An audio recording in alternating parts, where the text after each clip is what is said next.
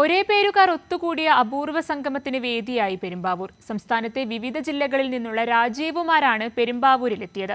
രാജീവം 2025 എന്ന പേരിൽ സംഘടിപ്പിച്ച സംഗമത്തിൽ പങ്കെടുത്തത് 400ഓളം രാജീവുമാർ. എവിടെ തിരിഞ്ഞു നോക്കിയാലും രാജീവുമാർ. വടക്കുനിന്നെത്തിയ ചിലർ രാജീവന്മാരാണ്. 34 വയസ്സു മുതൽ 73 വയസ്സുവരെയുള്ള 400ഓളം രാജീവുമാരാണ് രാജീവം സംഗമത്തിൽ പങ്കെടുക്കാനായി പെരുമ്പാവൂരിലെത്തിയത്. മാളികപ്പുറം മുൻ മേൽശാന്തി വൈക്കം രാജീവ് നമ്പൂതിരിയുടെ നേതൃത്വത്തിൽ 65 പിന്നിട്ട മുതിർന്ന രാജീവന്മാർ ചേർന്നാണ് സംഗമം ഉദ്ഘാടനം ചെയ്തത്.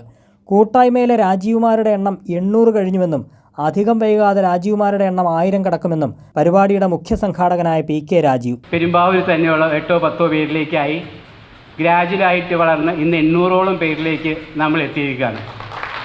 യാതൊരു സംശയവുമില്ല, ഈ 800 എന്നുള്ളത് നമ്മളുടെ ഇന്നത്തെ പ്രോഗ്രാം കഴിഞ്ഞ് 1-2 മാസം കൊണ്ട് 1000-1500 എത്തും, യാതൊരു സംശയമില്ല. സംഗമത്തിന്റെ ഭാഗമായി സംഘടിപ്പിച്ച കലാപരിപാടിയിൽ ആലപിക്കപ്പെട്ട പാട്ടിലുമുണ്ട് ഇതേ പേര്. രാജീവം വിടരും നിൻമിഴികൾ, കാശ്മീരം മുതിരും നിൻ ചൊടികൾ എന്നിൽ പൂക്കുമ്പോ,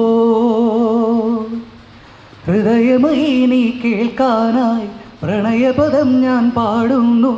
ഹൃദയമായി നീ കേൾക്കാനായി പ്രണയപദം ഞാൻ പാടുന്നു. ഒരു സ്വരമായി ഒരു ലയമായി അരികിൽ വരാൻ അനുമതി നീ അരുളൂ രാജീവ്. ലഹരിക്കെതിരെ അംഗങ്ങൾ സിഗ്നേച്ചർ ക്യാമ്പയിൻ സംഘടിപ്പിച്ചു. വിശാലമായ കാൻവാസിൽ രാജീവുമാർ ഒപ്പുശേഖരണം നടത്തി. സംഗമത്തിൽ പുതിയ ഭാരവാഹികളെയും തെരഞ്ഞെടുത്തു. തീർന്നില്ല. ലോകത്തിലെ രാജീവൻ പേരുകാർക്കായി മാർച്ച് 2 ലോക രാജീവ് ദിനമായി പ്രഖ്യാപിക്കണമെന്ന പ്രമേയവും പാസാക്കിയാണ് രാജീവുമാർ പിരിഞ്ഞത്. കൈരളി ന്യൂസ്, കൊച്ചി.